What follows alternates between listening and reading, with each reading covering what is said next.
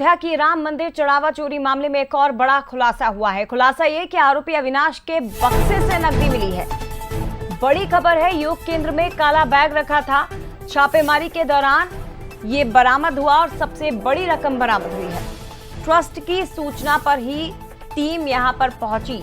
योगाचार्य सीमा तिवारी ने छापे की पुष्टि भी की है। 5 जून को केंद्र में कार्रवाई हुई थी। तो राम मंदिर चढ़ावा चोरी मामले में पुलिस की जांच लगातार आगे बढ़ती जा रही है और इसी कड़ी में एक और बड़ा खुलासा हुआ है। एक रहस्यमयी बक्सा टीम को मिला है, जिस पर आप देख सकते हैं कि राम राज्य कोष लिखा है, उस पर एक QR कोड है।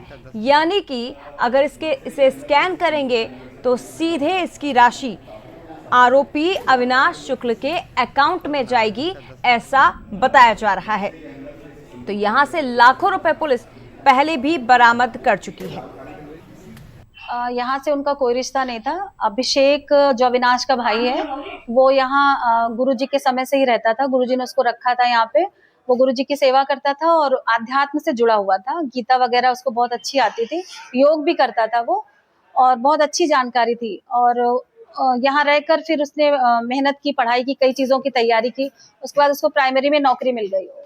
तो बाद में हम लोगों को जब पता चला कि कुछ ऐसा हुआ, तो हम लोगों ने उसको उसी दिन यहाँ से कह दिया कि भाई आप अपना यहाँ से चले जाइए, क्योंकि सेंटर की बदनामी हो रही है। राम मंदिर चढ़ावा चोरी के मामले में सबसे बड़ी भूमिका निभाने वाले अविनाश के घर पर जब छापा पड़ा था तो बड़ी रकम बरामदगी हुई थी। इस समय हम इस कौशलपुरी कॉलोनी के क्षेत्र में हैं जहां पर अविनाश रहता था। हम आपको जो तस्वीर दिखा दें, श्याम साधनालय योग सेंटर है जहां पर अविनाश लगभग पिछले 1.5 साल से यहां पर रहता था और यहां पर उसका एक बक्सा था, बैग था। और जब इस चोरी की घटना सामने आई थी तो जब ट्रस्ट के द्वारा यहां पर उसके घर छापेमारी कराई गई तो तमाम रुपए बरामद हुए। उस समय हम इसके योग सेंटर पर हम आपको तस्वीर दिखा दें। पहले ये सेंटर है और अभी तो यहाँ पर ताला लगा हुआ है।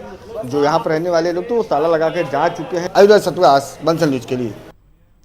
और सत्य प्रकाश हमारे साथ इस वक्त जुड़ गए हैं और ज्यादा जानकारी लेंगे।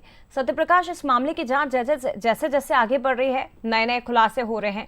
अब सवाल ये कि जो बक्सा था जिस पर राम राज्य कोष लिखा हुआ है, जिस पर एक QR है, ये योग केंद्र में क्या कर रहा था?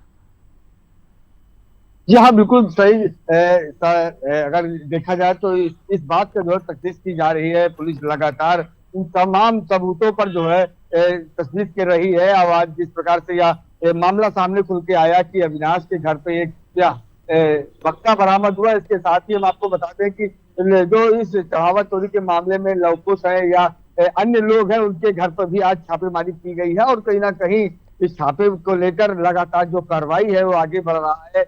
हालांकि जहां पुलिस अपने विवेचना में लोगों से पूछताछ जारी रखे हुए, तो वहीं उनके घरों पर छापा मारकर उनके जो नकदी है, इसके साथ ही जो डॉक्यूमेंट है उसको भी अब कलेक्ट किया जा रहा है। तो कहीं कहीं जैसे जैसे मामला अब आगे बढ़ रहा है, पुलिस जैसे कि चाली है, उनका जो जांच पड़ताल है वो भी आगे बढ़ रहा है। और कहीं ना कहीं आने वाले समय में एक बड़ा रिकॉर्ड निकल के कहीं ना कहीं सामने आएगा, क्योंकि पूरे चढ़ावे में अभी तक जितना भी रकम गायब है, अभी कह पाना तो मुश्किल है कि अभी कितनी बड़ी संख्या होगी। लेकिन जिस तरह से छापेमारी हो रही है और छापेमारी के बाद लगातार कैश भी बरामद हो रहे हैं, ऐसे में प्रशासन सख्ती के साथ इस पूरी घटना को देख रहा है। और वहीं ट्रस्ट के लोग भी कहीं ना कहीं इस जो जांच है, जांच समिति के सहयोग करने की बात कर रहे हैं। अयोध्या के साधु संत भी अब कहीं ना कहीं ट्रस्ट के विरोध में है। और आवाज या कौशलपुरी कॉलोनी में जो अविनाश का घर है वहां पर ये छापेमारी के दौरान जो है बक्सा मिला है, बहुत ही